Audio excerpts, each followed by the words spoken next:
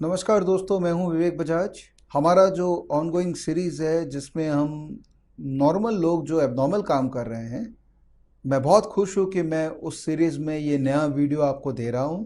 ये वीडियो एक और सुपरस्टार के बारे में है जिसने खुद ही कुछ किया है, जो एक अच्छे ट्रेडर के रूप में अपने आप को स्थापित करने में कामयाब रहा है। तो हमारे साथ है जय। People famously call him Nifty visit. आप ये मान सकते हैं कि जय जो है वो हार्डकोर निफ्टी ट्रेडर है, इसीलिए शायद इसका नाम निफ्टी विजिट है। जय के ट्विटर फॉलोइंग तो बहुत ही गजब है। उससे ज़्यादा कि ये बहुत ही अच्छा इंसान भी है, जो ये मानता है कि उसको वापस देना चाहिए सोसाइटी में। इस फेस टू फेस वीडियो के अंदर में हम उससे बात करेंगे और समझेंगे कि वो क्या कर रहा है, वो कैसे करता है, ये अपनी फिलॉसफी भी बताए और अपना क्या टूल यूज़ करते हैं वो भी हमारे साथ शेयर करे, जिससे आप भी मार्केट में उसी तरह पार्टिसिपेट कर सकते हैं जिस तरह से जय कर रहा है और सक्सेसफुल हो सके।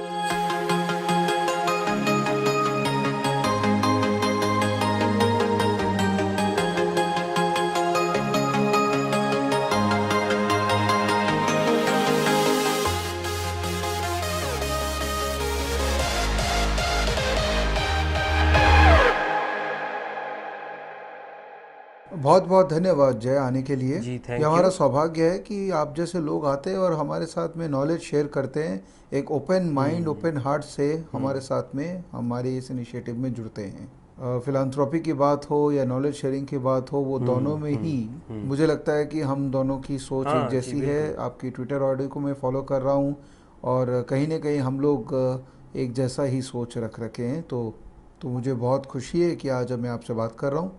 जी, तो थैंक यू। चालू करते हैं। तो सबसे पहले तो मेरे यूज़र्स ये जानना चाह रहे हैं जय आपके बारे में, कि थोड़ा सा आप बताइए आपके बारे में कि आप कौन हैं, आपका आपने चालुआत कैसे की है। सो मैंने अपना बीटेक बायोइन्फॉर्मेटिक्स कंप्लीट किया था 2006 में।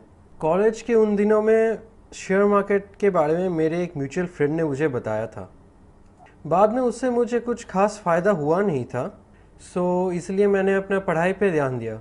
तब मेरे साथ ऐसा एक कहानी हुआ था ऑप्शंस को इन्वॉल्व करके, जिसमें मेरा अकाउंट में 30,000 रुपीज़ था जो 500 रुपीज़ पे उतर आया, और फिर वही 500 फिर से 30,000 रुपीज़ में बढ़ गया। यही एक ऐसा मोमेंट था जिससे मुझे लगा कि मुझे सीरियसली स्टॉक मार्केट के बारे में सोचना चाहिए। पार्ट टाइम ना रख के मैंने स्टॉक मार्केट में फुल टाइम इन्वॉल्व होने का डिसीजन लिया। मैंने देखा कि मार्केट में काफ़ी सारे अपॉर्चुनिटी है, लेकिन ये एक प्रॉपर लर्निंग के साथ शुरू होना चाहिए। सो मैंने स्टॉक मार्केट के बारे में पढ़ना सीखना शुरू किया। उसमें एक ऐसा टूल था जिसका नाम था मार्केट प्रोफाइल। फिर मार्केट प्रोफाइल के बारे में मैं एक साल पढ़ाई करता रहा। तो ऐसे ही पढ़ते पढ़ते और चर्चा करते करते मैं मार्केट में फुल्ली इन्वॉल्व हो गया। मैं अपने व्यूअर्स को ये बता देना चाहता हूँ कि मार्केट प्रोफाइल एक दुनिया में एक प्रोडक्ट है जो कि काफ़ी ग्लोबल ट्रेडर्स इसको यूज़ करते हैं मार्केट में अपॉर्चुनिटीज़ आइडेंटिफाई करने के लिए। जैसे टेक्निकल एनालिसिस के टूल्स है, डेरिवेटिव एनालिटिक्स के टूल्स है, वैसे ही मार्केट प्रोफाइल भी एक टूल है जिसको दुनिया में काफ़ी लोग यूज़ करते हैं। और जय को काफ़ी लोग इंडिया में जानते हैं जो इस टूल को बहुत ही इफेक्टिवली वो यूज़ कर पा रहा है।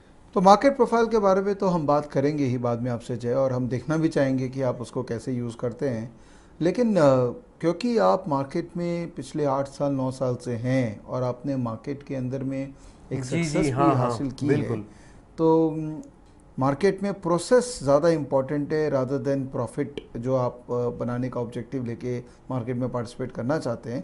तो इसको थोड़ा सा आप बताइए कि कैसे आदमी अपना प्रोसेस को डिफाइन क्या करे। होता है लोगों में कि हर लोग यहाँ पैसा मार्केट में ज़रूर बनाना चाहते हैं, लेकिन अधिकतर ट्रेडर ये करते हैं कि वो पैसे के पीछे भागते हैं और प्रोसेस को भूल जाते हैं। यही वो जगह है जहाँ सारे के सारे प्रॉब्लम शुरू होती है, ट्रेडिंग बॉटलनेक शुरू होता है।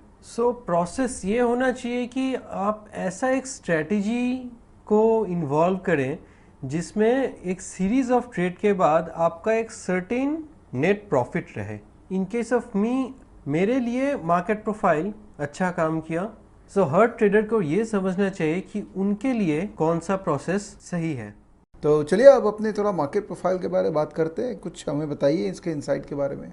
सो मार्केट प्रोफाइल है जैसे प्राइस को इस तरह दिखाना, मतलब प्राइस को ऐसे दिखाना जैसे आप यहाँ देख सकते हैं। सो यहाँ पे आप कुछ चार्ट्स देख सकते हैं। मार्केट प्रोफाइल ऐसे ही हम लोग फॉलो करते हैं। टाइम, प्राइस और अपॉर्चुनिटी को मिलाकर हम मार्केट प्रोफाइल को समझते हैं। सो हर 30 मिनट के एक एक टाइम फ्रेम को एक एक लेटर से समझाया जाता है। सो हर 30 मिनट को एक एक लेटर से समझाया जा रहा है यहाँ। सो अगर आप स्प्लिट करते हैं तो आपको ये समझ में आता है कि ए पहला 30 मिनट को समझा रहा है, फिर बी दूसरा 30 मिनट को, फिर सी तीसरा 30 मिनट को, and so on. So market profile आपको ये दिखाता है कि करेंटली मार्केट का वैल्यू कहाँ है।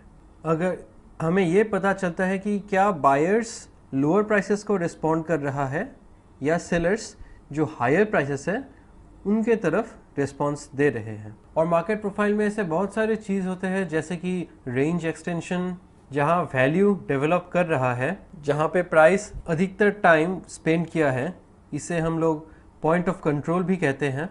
सो उससे हमें ये पता चलता है कि प्रोबेबिलिटी क्या है, किस तरफ हाई प्रोबेबिलिटी है कि मार्केट ऊपर जाएगा या नीचे जाएगा या किसी पॉइंट पे प्राइस जाने वाला है। सो बेसिकली हम लोग ये देखते हैं कि वैल्यू क्या है और ये वैल्यू जनरेट कौन कर रहा है। सो अगर प्राइस ऊपर जा रहा है तो हम देखते हैं कि किस कन्विक्शन के साथ प्राइस ऊपर जा रहा है और क्या ये ऊपर तक प्राइस रहने वाला है या वापस अपने पुराने प्राइस पे लौटने वाला है। सो उससे हम लोग डिसाइड करते हैं कि ये ट्रेड लेना चाहिए कि नहीं चाहिए। तो जय, सरल भाषा में अगर मैं लोगों को समझाना चाहूँ तो क्या ये ऐसा टूल है जो कि एक बायर जोन और सेलर जोन निकालने में हेल्प करता है? सो हम कह सकते हैं कि ये एक ऐसा टूल है जिससे हमें पता चलता है कि बायर्स कैसा बिहेव कर रहे हैं और सेलर्स कैसा बिहेव कर रहे हैं। बायर जोन या सेलर जोन को नहीं, बल्कि ये देखते हैं कि बायर्स कितना अच्छा काम कर रहे हैं और सेलर्स अपना काम सही सही निभा रहे हैं या नहीं। तो एक्चुअली देखा जाए तो जय, ये टूल एक टेक्निकल एनालिसिस टूल के ऊपर भी बैठ सकता है। ये टूल उस टूल के ऊपर में बैठ सकता है और ये हमको बता सकता है कि जो सपोर्ट और रेजिस्टेंस है वो कितना इफेक्टिव हो सकता है। क्या मैं सही सोच रहा हूँ? एग्जैक्टली हम लोग ये समझते हैं कि जो एक प्रोबेबिलिटी है मार्केट में एक प्राइस मूवमेंट होने का, वो कितना सही है और कितना होने का संभावना है। तो जय, ये क्या पैरामीटर है जो कि ये टूल यूज कर रहा है? प्राइस तो डेफिनेटली एक पैरामीटर होना ही चाहिए, उसके अलावा और क्या? प्राइस, कितना वक्त उस स्टॉक ने एक पर्टिकुलर प्राइस लेवल पे बिताया। प्राइस कोट ये दिखाता है कि क्या क्या अपॉर्चुनिटी है हमारे पास। सो टाइम, प्राइस और अपॉर्चुनिटी, ये तीनों को हम इस्तेमाल करते हैं। अगर प्राइस यहाँ ज़्यादा टाइम बिताता है तो उससे पता चलता है कि प्राइस किधर जाने वाला है। अगर आप गौर से इस चार्ट को देखें तो आपको ये पता चलेगा कि मार्केट हमें क्या अपॉर्चुनिटी देने वाली है। वेदर बायर्स जो है वो कम दाम में उन्हें खरीदने का मौका मिल रहा है या जो सेलर्स है उन्हें ज़्यादा दाम में सेल करने का मौका मिल रहा है। सो उससे हमें ये समझ आता है कि कौन ज़्यादा स्ट्रांग है मार्केट में, बायर्स या सेलर्स। तो क्या तुम डिफाइन कर सकते हो इसके अंदर में बायर किस प्राइस पे और सेलर किस प्राइस पे? ये ऑक्शन पे डिपेंड करता है। एग्जैक्टली मार्केट प्रोफाइल की भाषा में हम कह सकते हैं कि ये एक बाइंग टाइड है, सेलिंग टाइड। जैसे कि आपके कैंडलस्टिक चार्ट में आपको एक हैमर पैटर्न नज़र आता है, वैसे ही हमारे यहाँ भी नज़र आता है। अगर आप यहाँ देखते हैं तो आपको नजर आएगा कि यहाँ पे एक टेल का फॉर्मेशन हुआ है। टिपिकली हम इसे एक सेलिंग टाइड भी कहते हैं। जब इसका एक बार फॉर्मेशन हो जाता है तब हमें ये समझ में आता है कि सेलर्स मार्केट में घुस चुके हैं अभी। सो जब तक बायर्स को प्राइस लोअर साइड में मिलता है तब तक मार्केट दिखाता रहेगा कि प्राइस लोअर और लोअर जा रहा है ताकि उन्हें नया बायर्स मिल सके। तो जैसे कि टेक्निकल्स के अंदर में कैंडल स्टिक का एक खुद का फॉर्मेशन होता है, मार्केट प्रोफाइल में भी फॉर्मेशंस होते हैं। एग्जैक्टली सो हो सकता है कि हम प्रोफाइल के शेप्स पे नज़र रख रहे हैं या फिर पैटर्न फॉर्मेशन हो रहा है उस पे नज़र रखते हैं या फिर रेंज एक्सटेंशन पे ध्यान रखते हैं, कहाँ कहाँ वैल्यू का फॉर्मेशन हो रहा है। सो ये सारे कॉम्बिनेशंस को एक साथ पुट करने के बाद हमें एक कंक्लूजन मिलने वाला है कि क्या प्रोबेबिलिटी है मार्केट को ऊपर या नीचे जाने की। सो जय, क्या ये टूल किसी भी टाइम फ्रेम की ट्रेडिंग के लिए यूज हो सकती है? जी हाँ, ये बिल्कुल किसी भी टाइम फ्रेम के लिए हम लोग यूज़ कर सकते हैं। प्राइमरीली मैं तो 30 मिनट चार्ट यूज़ करता हूँ मार्केट के कंटेक्स्ट को समझने के लिए, और 5 मिनट चार्ट देखता हूँ ताकि मैं अपने ट्रेड्स को टाइम कर सकूँ। जैसे कि आप 5 मिनट कैंडलस्टिक देखते हैं चार्ट को समझने के लिए, वैसे ही। सो 30 मिनट है मार्केट के ट्रेंड को समझने के लिए, और 5 मिनट के चार्ट में देखता हूँ अपना ट्रेड को परफेक्टली टाइम करने के लिए। अगर आपको बिगर टाइम फ्रेम के लिए ट्रेड करना है तो आप एक वीकली प्रोफाइल देख सकते हैं। सो एक ऐसा भी चीज़ होता है जिसे कि हम कहते हैं कंपोजिट प्रोफाइल, जहाँ पे आप हर अलग अलग प्रोफाइल को कंबाइन करके एक कंपोजिट प्रोफाइल बना सकते हैं एक बिगर पिक्चर देखने के लिए। आप लास्ट 50 डेज़ के प्रोफाइल को कंप्रेस करके एक सिंगल शीट पे ला सकते हैं ताकि आप बिगर पिक्चर को देख पाएँ। प्रोफाइल का क्या शेप बन रहा है, वैल्यू कहाँ है, क्या सेलर्स हायर प्राइसेस का फ़ायदा उठा रहे हैं या फिर बायर्स लोअर प्राइसेस का फ़ायदा उठा रहे हैं।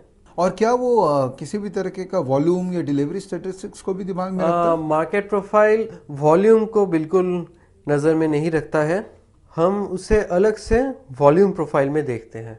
सो यहाँ मार्केट प्रोफाइल टाइम का इस्तेमाल करता है, लेकिन वॉल्यूम प्रोफाइल टाइम का इस्तेमाल नहीं करता। Volume plus price is equal to volume profile, time plus price is equal to market profile. और ये जो दूसरे डेटा पॉइंट्स हैं जो ट्रेडर्स यूज़ करते हैं, जैसे डिलीवरी वाला डेटा या ओपन इंटरेस्ट वगैरह, ये सब भी आप देखते हो इसके अंदर में? No no no, not at all, not at all. सब कुछ आपको यहीं दिखने वाला है। जो कुछ भी आपको उन चार्ट्स में मिलने वाला है सब कुछ आपको यहीं दिख जाएगा। तो एज अ ट्रेडर क्या आप लोगों को रिकमेंड करेंगे कि इसको देखने के बाद एक कंफर्मेशन के लिए जो दूसरे डेटा पॉइंट्स हैं जैसे ओपन इंटरेस्ट या कोई भी और है वो देखना चाहिए ताकि ये कंफर्मेशन मिल जाए? जैसे कि मैं कहता हूँ कि ट्रेडिंग है आपके चार्ट से आप अननेसेसरी नॉइस को रिमूव करते हो। आपको ज़्यादा ऐड नहीं करना चाहिए, आपको जो अननेसेसरी लगे उसको रिमूव करना चाहिए आपके चार्ट से। आप ज़्यादा से ज़्यादा चीज़ अपने चार्ट में ऐड करके आप सिर्फ उसको क्लटर कर रहे हैं, आप कचरा बना रहे हैं आपके चार्ट में। सो उससे आपका सरदर्द काफ़ी बढ़ने वाला है। सो इससे बेहतर है कि आप चार्ट को सिंपल रखें। आप जितना सिंपल हो सके उतना सिंपल रखिए अपने चार्ट को।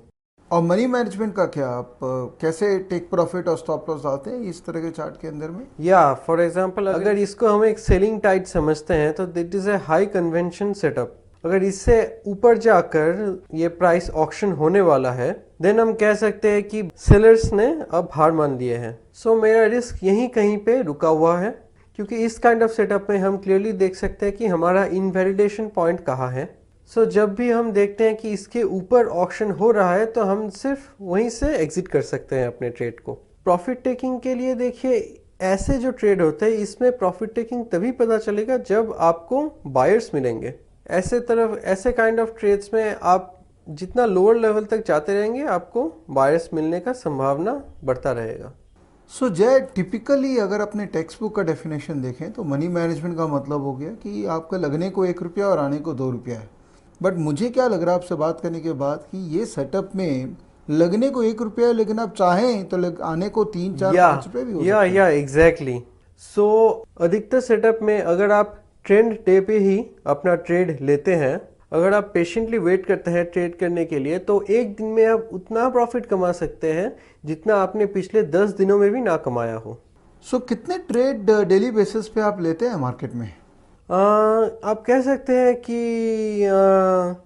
ये डिपेंड करता है एक्चुअली। राइट नाउ मैं आप कह सकते हैं कि 3 या 4 ट्रेड लेता हूँ एक महीने में, क्योंकि फिलहाल मैं इस तरह के ट्रेंड डे सेटअप्स पे फोकस कर रहा हूँ। सो मैं ऐसे ही सिर्फ 4 सेटअप्स या 4 ट्रेड्स इन ए मंथ पे फोकस कर रहा हूँ। सो क्योंकि आप निफ्टी कर रहे हैं तो आप अपने ट्रेड्स को रिस्ट्रिक्ट भी कर रहे हैं। जी 4 से 5 ट्रेड ही सिर्फ करता हूँ, वो मेरे लिए काफ़ी है। और यही शायद आप रिकमेंड भी करना चाहेंगे लोगों को?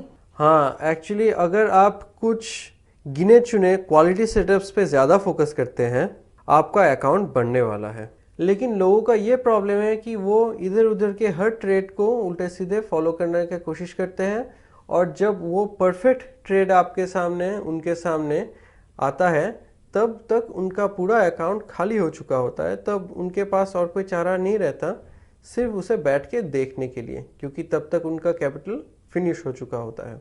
सो इससे ज़्यादा बेहतर है कि आप वेट कीजिए पेशेंटली और सही ट्रेड का फ़ायदा उठाएं। जय, पिछले 5 साल से अगर आप देखो ऑप्शंस ट्रेडिंग इंडिया में बहुत बड़ा हो गया है, और कहीं ना कहीं लेस ट्रांजैक्शन कॉस्ट उसका एक बहुत बड़ा कंट्रीब्यूटर रहा है।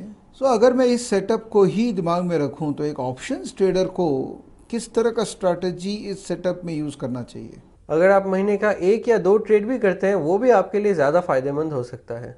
अगर एक ऑप्शन राइटर मार्केट प्रोफाइल को सीख लेता है तब उसके लिए एक बहुत बड़ा फ़ायदा हो जाता है। जब उसे एक पर्टिकुलर डे में पता चल जाता है कि इस लेवल के ऊपर प्राइस जाने वाला नहीं है, वो अपने आप में एक एज बन जाता है। सो एक ऑप्शन राइटर को ज़रूर मार्केट प्रोफाइल को फॉलो करना चाहिए।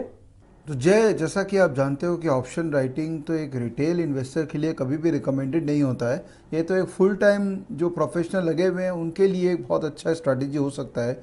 और रिटेल इन्वेस्टर तो चाहेगा कि भाई ऑप्शन बाई करके लिमिटेड लॉस के साथ में वो पूरा कमाई कर सके।